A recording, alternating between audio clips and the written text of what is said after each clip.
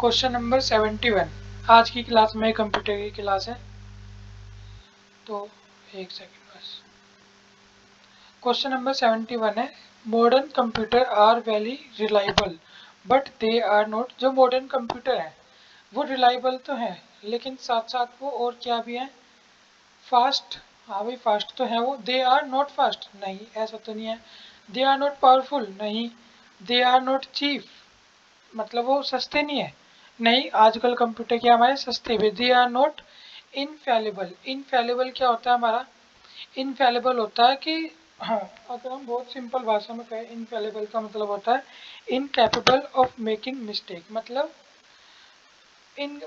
वो रोंग नहीं है। उनसे क्या है, जैसे कई बार टेक्निकल उससे गलत रिजल्ट निकल जाता था, जो अब मॉडर्न कंप्यूटर इनसे गलत रिजल्ट निकलने के चांस क्या है, लगभग जीरो ही है। इनफैलिबल होता है इनकैपेबल ऑफ मेकिंग मिस्टेक, मतलब मिस्टेक नहीं करती है आजकल के जो कंप्यूटर है, मॉडर्न कंप्यूटर। एक है, what is the name of the display feature. उस डिस्प्ले फीचर का नाम क्या है? That highlights are of the screen which require operate attention. उस डिस्प्ले फीचर का नाम क्या है जो क्या करती है, जो जो मतलब विच रिक्वायर ऑपरेट अटेंशन, इसका नाम होता है हमारा रिवर्स वीडियो। ये सारे आंसर मैंने अच्छे से चेक किए हुए हैं, तो कुछ भी टेंशन लेने की जरूरत नहीं है, सब आंसर ठीक है। Personal computer use a number of chip mounted on a main circuit board. What is the common name of such board. जो पर्सनल कंप्यूटर या कंप्यूटर होते हैं, इसके अंदर क्या बहुत सारी चिप लगी होती है एक बोर्ड के ऊपर। उस बोर्ड का नाम क्या होता है? उसे हम बोलते हैं क्या? मदरबोर्ड। सबको पता होगा मदरबोर्ड के अंदर सिलेंडर पता नहीं क्या क्या चीज सी लगी रहती है, देखा होगा मदरबोर्ड सबने। In most of IBM PCs and CPU, the device drives, memory expansion slots, and active components are mounted on a single board. What is the name of this board? जो एक बोर्ड है उसके अंदर ये PC हुआ, CPU हुआ, इनके अंदर क्या स्लॉट होते हैं, बहुत सारे एक्टिव कंपोनेंट होते हैं, सब कुछ लगा होता है। ये किस पे लगा होता है हमारा? ये मदर बोर्ड भी लगा रहता है। बाकी नाम भी देखोगे ना, daughter board, father board, wear board, ये तो ऑप्शन इतने वैसे हैं कि वैसे ही कैंसिल कर देगा। लेकिन अगर वो ऑप्शन कंफ्यूजिंग भी दे दे तो भी हमें पता होना चाहिए, एक मदरबोर्ड होता है मेन हमारा, उसके अंदर ये सब अड़गम सड़गम लगा रहता है। What is meant by a dedicated computer. एक डेडिकेटेड कंप्यूटर से क्या मतलब होता है? A dedicated computer are those computer which is assigned only and only one task. एक डेडिकेटेड कंप्यूटर होता है जो सिर्फ जिस काम के लिए सिर्फ वो ही काम करेगा, एक काम ही करेगा। Which can assign one and only one task, जिसे एक ही काम किया जाता है। जैसे अगर मैं एक सिंपल भाषा में देखूँ, कंप्यूटर हर चीज़ की तरह होते हैं। जो एक कंप्यूटर होता है हमारा,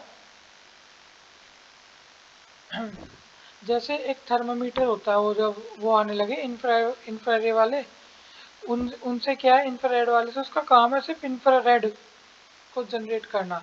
ये डिजिटली क्या है, बस वो बताना, डिजिटली रीडिंग देना। तो वो क्या है, डेडिकेटेड कंप्यूटर्स बस एक ही काम करेगा।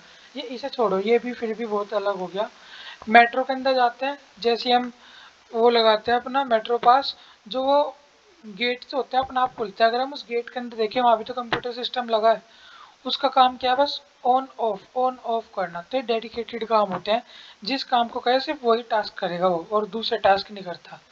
या एक और एग्जांपल देखें हम, जो हमारी वॉच होती है, स्मार्ट वॉचेज होती है, इसके अंदर बहुत सारे कंप्यूटर होते हैं, बहुत सारे। तो इसके अंदर जिस कंप्यूटर को काम दिया जाता है सिर्फ बीपी नापने का, वो सिर्फ बीपी ही नापता है और कोई दूसरा काम नहीं करता। तो ये भी क्या है, एक असाइन टास्क है सिर्फ। ये भी क्या है, डेडिकेटेड कंप्यूटर का एग्जाम्पल है। इस तरह आप भी अपने आप दुनिया भर के बता सकते हो। The system unit of a person The system unit of a personal computer typically contain all the following except। जो सिस्टम यूनिट होता है ना एक पर्सनल कंप्यूटर है, उसके अंदर सभी कुछ होता है। माइक्रो प्रोसेसर होता है कंप्यूटर में, हाँ भाई होता है। हाँ, डिस्क कंट्रोलर होता है, हाँ होता है। सीरियल इंटरफेस होता है, हाँ इसी से तो कंप्यूटर चलता है हमारा। मॉडम, मॉडम हर चीज़ के लिए ज़रूरी थोड़ी ना है। मॉडम तो अगर किसी इंसान को इंटरनेट चाहिए तभी तो यूज़ करेगा मॉडम का। मॉड्यूलेटर एंड डीमॉड्यूलेटर, बाकी थोड़ी ना इसका यूज़ है कंप्यूटर में। नहीं, ये नेटवर्किंग के लिए चाहिए, नॉर्मल कंप्यूटर चलाने के लिए नहीं चाहिए। तो इसका आंसर क्या हो गया हमारा, modem. A computer program that convert all the entire programme into machine language. एक कंप्यूटर प्रोग्राम होता है जो क्या पूरे प्रोग्राम को मशीन लैंग्वेज के अंदर बदल देता है। इसे क्या बोलते हैं, इसे बोलते हैं कंपाइल कर देना, कंपाइलर बोलते हैं इसे। सेम इसी तरह का अगला है, एक computer program that translates one program instruction at a time into machine language. एक कंप्यूटर प्रोग्राम है जो ट्रांसलेट कर देता है क्या, जो एक प्रोग्राम के इंस्ट्रक्शन है ना उसे ही मशीन लैंग्वेज में कर देगा उसी समय।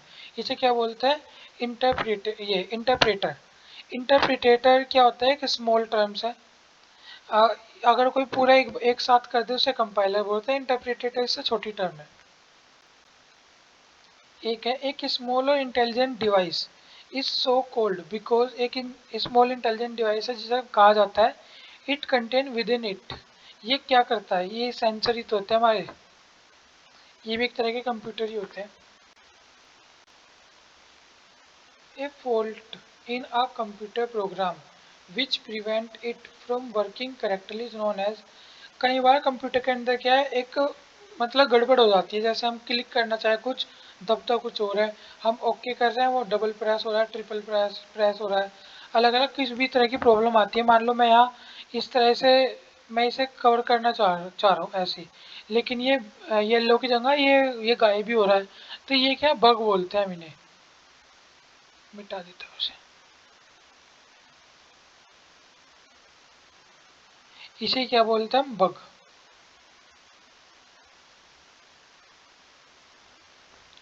और जब इसे ठीक करने को क्या बोलते हैं, डीबगिंग। जब हम इस फॉल्ट को ठीक करते हैं तो क्या बोलते हैं, डीबगिंग कर रहे हैं। बग का मतलब कमी। A self replicating program similar to virus. एक सेल्फ रेप्लिकेटिंग प्रोग्राम है बिल्कुल वायरस के जैसा, विच was taken from a 1970s science fiction novel by John Brunner entitled A Shock Wave Rider is। 1970 के अंदर एक प्रोग्राम बनाया गया जो बिल्कुल वायरस की तरह था, सेल्फ रेप्लिकेटिंग प्रोग्राम था। किसके द्वारा, जॉन ब्रूनर के द्वारा। इसे ये क्या था, ये था वोम। वोम क्या है, एक वायरस की तरह का सेल्फ रेप्लिकेटिंग प्रोग्राम। ज़्यादा लंबी नहीं होने की वीडियो, तो टेंशन नहीं लेने का। और एक बात भी बताऊंगा वीडियो के एंड में, कुछ मतलब एक दो का मुझ पे कमेंट आया बच्चों का, तो वो भी अभी क्लियर करूंगा। A state is a bistable electronic circuit that has. जो बाई स्टेबल इलेक्ट्रॉनिक सर्किट होता है, ये क्या बोलते हैं हमारे, flip flop.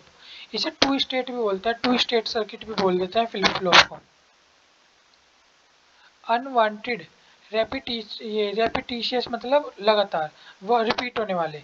रेपिटिशियस message such as unsolicited bulk email is known as. जो अनवांटेड, जो हमें अनवांटेड का मतलब समझते हो ना, जो नहीं चाहिए होते। रिपीटिशियस मतलब जो लगातार आए, बार बार वही मैसेज रिपीट हो के आ रहे हैं। सच एज अनसोलिकेटेड बल्क वगैरह, ये क्या है, ईमेल के अंदर से किस नाम से जाने जाते हैं, स्पैम। स्पैम अनवांटेड मैसेज को क्या बोलते हैं, स्पैम बोलते हैं।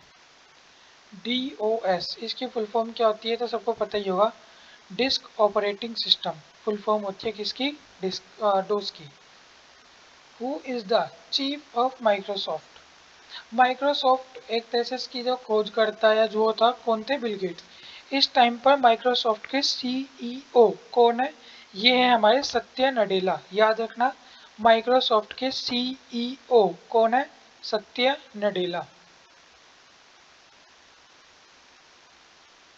विच of the following are input devices. इसके अंदर से कौन से इनपुट डिवाइसेस है, कीबोर्ड, हाँ कीबोर्ड इनपुट डिवाइस है। माउस इनपुट डिवाइस है। कार्ड रीडर, हाँ ये भी क्या है, इनपुट डिवाइस है हमारा। कीबोर्ड में जैसे ही मैं कुछ प्रेस कर रहा हूँ तो तुरंत स्क्रीन पर शो होता है ना, मैंने इनपुट दिया उधर से आउटपुट निकल गया। माउस से मैंने क्लिक किया उधर से आउटपुट आ गया, कलर जैसे मैं हाईलाइट कर रहा हूँ, मैंने यहाँ क्लिक करके ऐसे किया तो यहाँ आउटपुट आके हाईलाइट हो जाता है ये। हाँ, जैसे ये रहा, मैंने यहाँ ऐसे क्लिक किया हाईलाइट हो गया, तो इसका मतलब क्या है, आउट, ये मतलब आउटपुट तो दे रहा है। और कार्ड रीडर क्या है, हमने कार्ड रीडर डाला, उसका आउटपुट हमारे पास सामने आ गया। तो सारे क्या इनपुट डिवाइस है, हमने इनपुट दिया और आउटपुट तो आएगा ही बाद में। अब आउटपुट डिवाइस का एग्जांपल, स्क्रीन पे जो भी हमें दिख रहा है आउटपुट है, प्रिंटर से जो निकलता है आउटपुट है, स्पीकर से आवाज़ निकलती है भी क्या आउटपुट है। तो ये सब भी क्या है, हमारे आउटपुट डिवाइस है। Which of the following is known as brain of computer, computer के ब्रेन किसे कहा जाता है, CPU, central processing unit. Short form भी पता होनी चाहिए, CPU। IBM, ये कह रहा है कि IBM की फुल फॉर्म क्या होती है। सबको पता होगा IBM की फुल फॉर्म क्या होती है हमारी। IBM की फुल फॉर्म होती है इंटरनेशनल, B से बिजनेस और M से मशीन, इंटरनेशनल बिजनेस मशीन। ये किसकी फुल फॉर्म हो गई, हमारे IBM की।